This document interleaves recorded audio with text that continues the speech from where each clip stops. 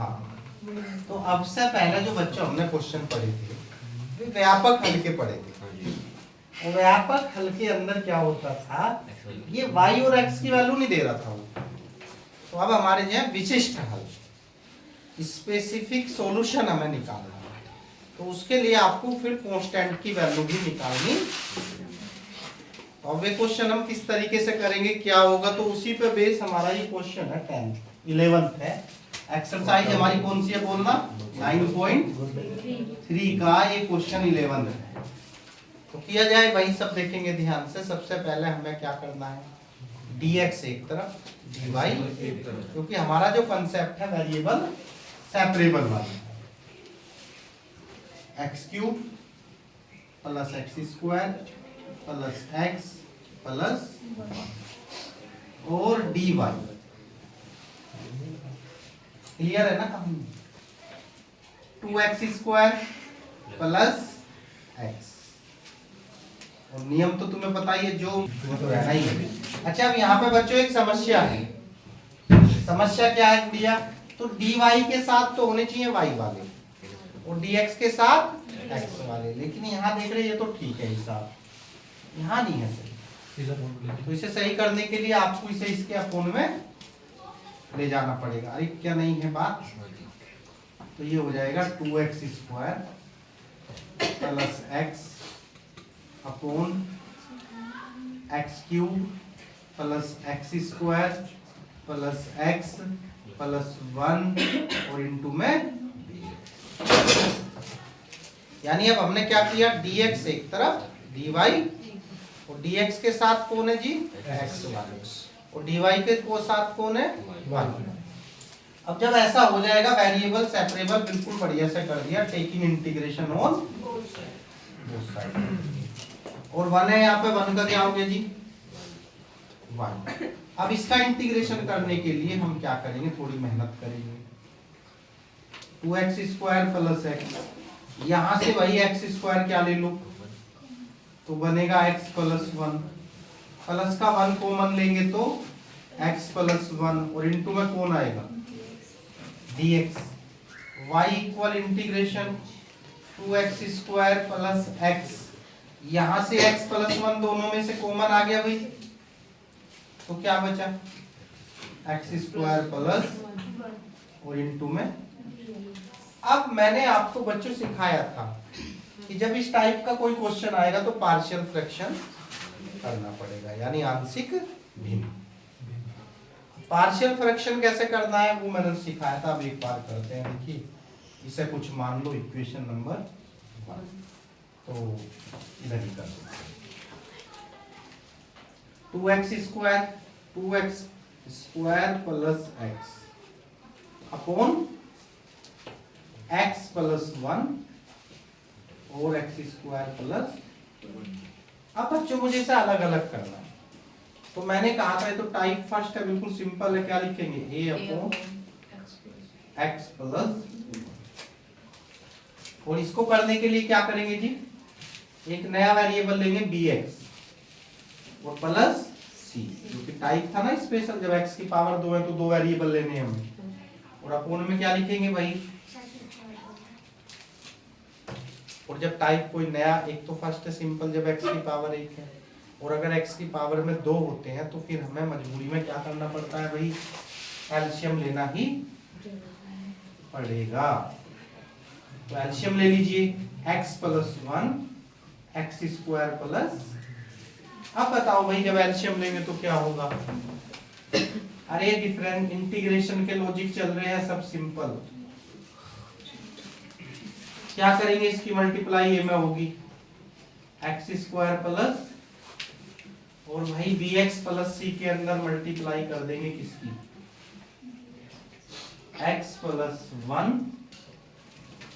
इससे ये, तो 2x square plus x equal ax square plus a। bx की मल्टीप्लाई x प्लस 1 में करेंगे तो bx प्लस bx स्क्वायर, अरे bx स्क्वायर, हाँ भाई, और c की करेंगे तो cx प्लस c। अब हम कंपेयर कर देंगे, कंपेयर किसकी करेंगे भाई पहले, कोफिशिएंट किसकी, तो बताओ इधर कौन है, a plus B equal to. अब की बार कंपेयर किसकी करेंगे, x की करेंगे दोनों ओर। तो यहाँ क्या है बोलिए x में, b प्लस सी, इधर कितना है, और कांस्टेंट की कर दो अब की बार, कौन है a प्लस और इक्वल क्या है भाई 0। इसे इक्वेशन नंबर क्या मान लो 2, इसे 3, इसे 4, इसे 5। अब एक रास्ता तो ये है गुड़िया कि ये तीनों जो इक्वेशन है 3, 4, 5 इन्हें सोल्व करो, और एक तरीका ये है कि a का मान डायरेक्ट भी निकाल सकते हो भाई। जब टाइप फर्स्ट बनता है तो एक वैल्यू डायरेक्ट निकल जा रहा है ना हमारी, कैसे निकलती है, अगर आपको ये a की वैल्यू निकालनी तो डायरेक्ट निकालेंगे, इसकी वैल्यू को क्या करेंगे x प्लस 1 बराबर 0, तो x की वैल्यू, तो भाई a की जो वैल्यू आएगी हमारी, यहाँ x की जगह -1 रख दो, अरे तो 2 -1 का, और माइनस इसमें नहीं रखना बच्चों, यहाँ रखेंगे -1 का स्क्वायर 1 प्लस, तो क्या बनेगा जी 2 - 1 अपॉन, आंसर कितना आ गया, डायरेक्ट आ गई ना वैल्यू a की 1/2। अब b के निकालनी तो किसमें इक्वेशन रख दो भाई, put value of b, b है ना या a किसमें रख दो, चलो तीसरे में रख दो, यहाँ रख दो। तो a की वैल्यू कितनी है,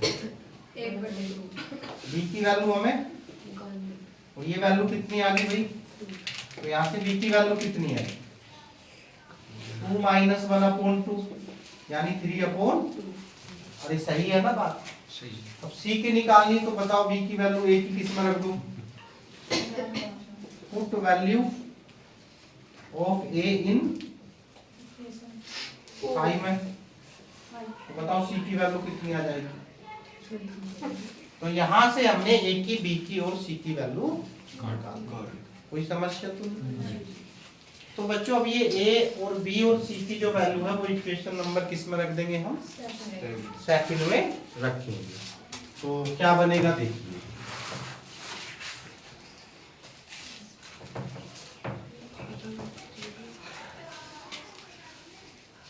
रखो जी 2x² plus x upon x plus 1, x² plus 1, भाई a की वैल्यू देखो, a की वैल्यू कितनी है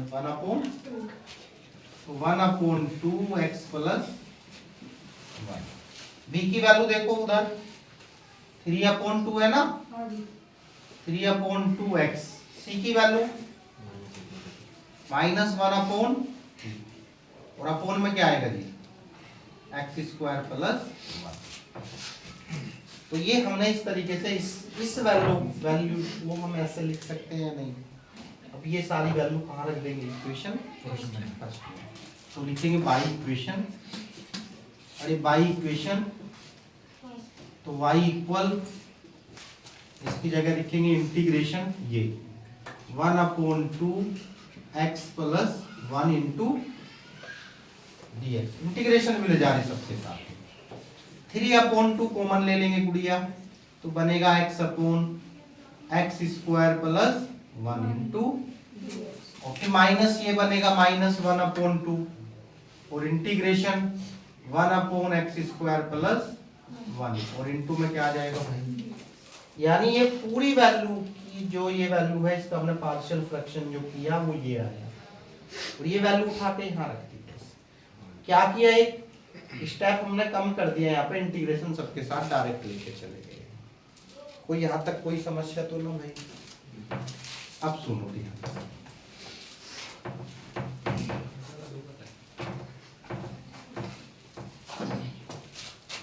अब क्या होगा जी, सिंपल इंटीग्रेशन y इक्वल 1/x का क्या होगा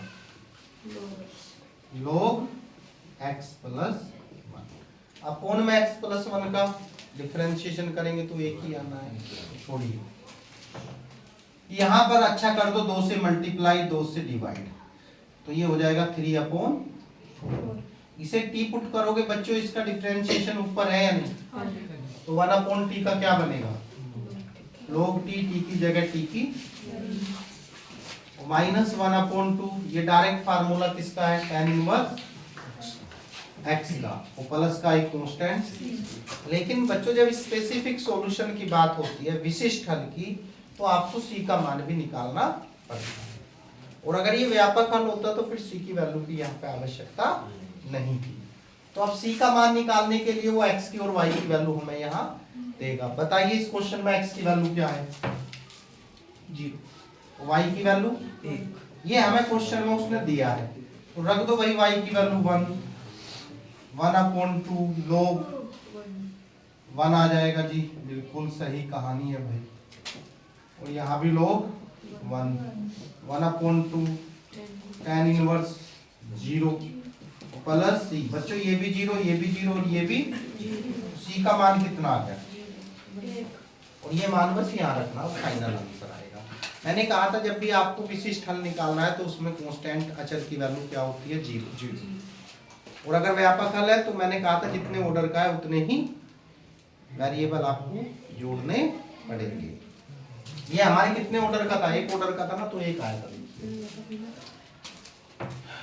तो y इक्वल क्या आंसर बनेगा final, 1/2 log x plus 1 plus 3/4 log x square plus 1 minus 1/2 tan inverse, और भाई c की वैल्यू कितना आया, और ये हमारा बच्चों विशिष्ट हल आया। क्या आया भाई, तो कर लेंगे ना इतना काम, तो खींच लो। तो क्या दे रखी बोलना, 0, x की वैल्यू 2, y की वैल्यू 0, ये भी आपको दे रखी 2 बातें, यानी यहाँ पे हमें c की वैल्यू भी निकालनी। क्या करेंगे भाई, वेरिएबल क्या करते हैं, वेरिएबल सेपरेबल में पहला स्टेप dx अलग dy अलग कर दिया जी हमने, ठीक है जी, उसने कहा सही है। अब हम देखेंगे क्या dy के साथ y वाले हैं, हमने कहा भाई dy के साथ तो x वाले, तो इसको इसके अपोन में ले जाना पड़ेगा ना। तो dy बराबर क्या आएगा बोलिए, dx upon x, x square minus, अब तो हो गया वेरिएबल सेपरेबल, x के dx के साथ x वाले, dy के साथ y वाले। अब टेकिंग इंटीग्रेशन ऑन 1 का क्या हो गया जी, और dx upon x, x square minus, Raja भाई बंद करो। तो देखिए बच्चों अब इसका इंटीग्रेशन करना, तो फिर ये पार्शियल फ्रैक्शन का क्वेश्चन है। कैसे,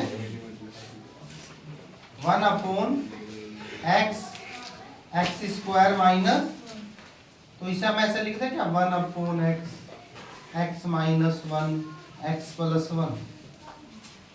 अब इसका देखिए कितने इजी तरीके से इंटीग्रेशन को करेंगे हम partial fraction, a/x b/x minus 1 c/,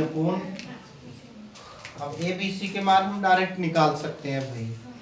a के लिए हम क्या करेंगे, अरे a के लिए क्या करेंगे, x की वैल्यू को क्या कर देंगे भाई, तो यहाँ से a की वैल्यू क्या आएगी, 0। भैया बाहर चला जाए, मैजिक से बंद कर दो, तू भी बाहर जा भाई। तो जब x की वैल्यू यहाँ नहीं रखनी 0 बच्चों, तो आंसर बनेगा 1/-1 मल्टीप्लाई 1, तो आंसर आएगा 1 माइनस का। b के लिए बात करेंगे अगर, तो भाई x माइनस 1 को क्या कर देंगे, तो x की वैल्यू कितनी आ गई, तो भाई b की वैल्यू कितनी आएगी, 1 और 1 2, 2 एकम 2 आएगा। चलिए अब c के लिए क्या करेंगे जी, x प्लस 1 को क्या कर देंगे भाई, तो यहाँ से x की वैल्यू कितनी आएगी? c का मान जो आएगा वो आएगा 1/-2, आंसर आएगा 1/2। तो इतना काम होने के बाद अब हम क्या करेंगे, सारी वैल्यू एक ही जगह, एक का मान b की जगह, b का मान c की जगह। तो 1/x x² -1, एक तरीके से देखा जाए तो इंटीग्रेशन का रिवीजन ही हो रहा हमारा, क्योंकि इंटीग्रेशन के लॉजिक दोबारा से आ रहे भाई सामने। a की वैल्यू -1/, b की वैल्यू 1/2, x -1, c की वैल्यू 1/2, तो 1/2 x + 1। बताइए यहाँ तक कोई दिक्कत किसी को? अब ये जो भाई वैल्यू है सारी इक्वेशन नंबर किसमें रख दूं? लिखेंगे by equation, by equation y बराबर इंटीग्रेशन -1/x 1/2 x + 1 + 1/2 x -1 है यहाँ पे, और यहाँ x + 1 और इंटू में क्या लिख दे? अरे dx लिख दें क्या? अब इंटीग्रेशन सबके साथ जाएगा भाई, -1/x dx 1/2 1/x - 1 dx 1/2 1/x + 1 dx। हो गया ना भाई की वैल्यू? अब बताओ 1/x का डिफरेंस इंटीग्रेशन भाई सब जानते हैं लोग x। अरे हुआ या नहीं? ये क्या आएगा लोग? x - 1। यहाँ पे क्या आएगा? 1/2 लोग और प्लस का एक कांस्टेंट।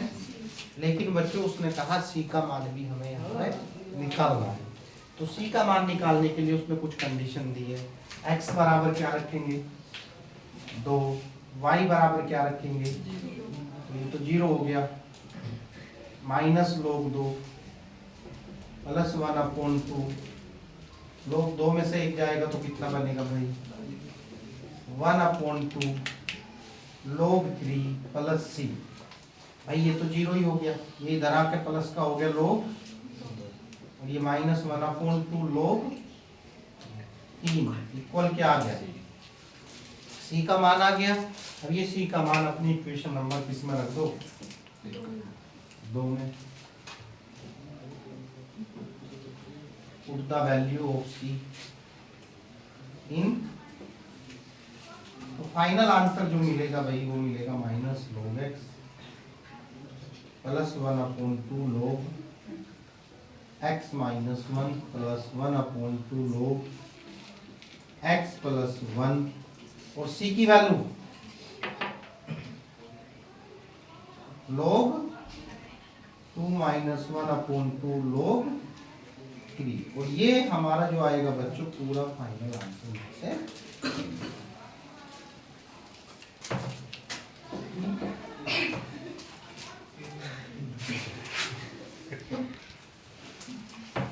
करेक्ट? अब देखो बच्चों, ये हमारा जो है भाई क्वेश्चन 13 आया। क्या करेंगे?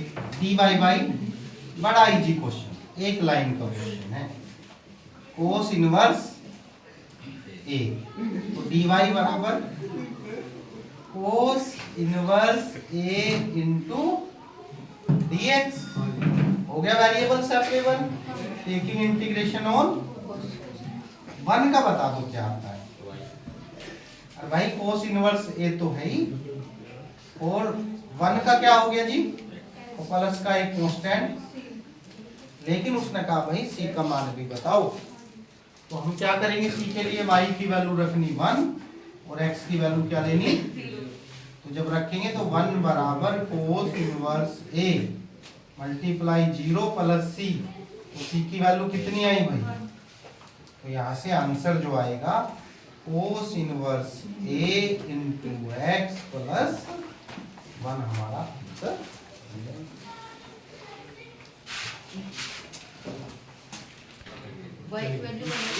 ये क्वेश्चन बड़ा ही आसान है।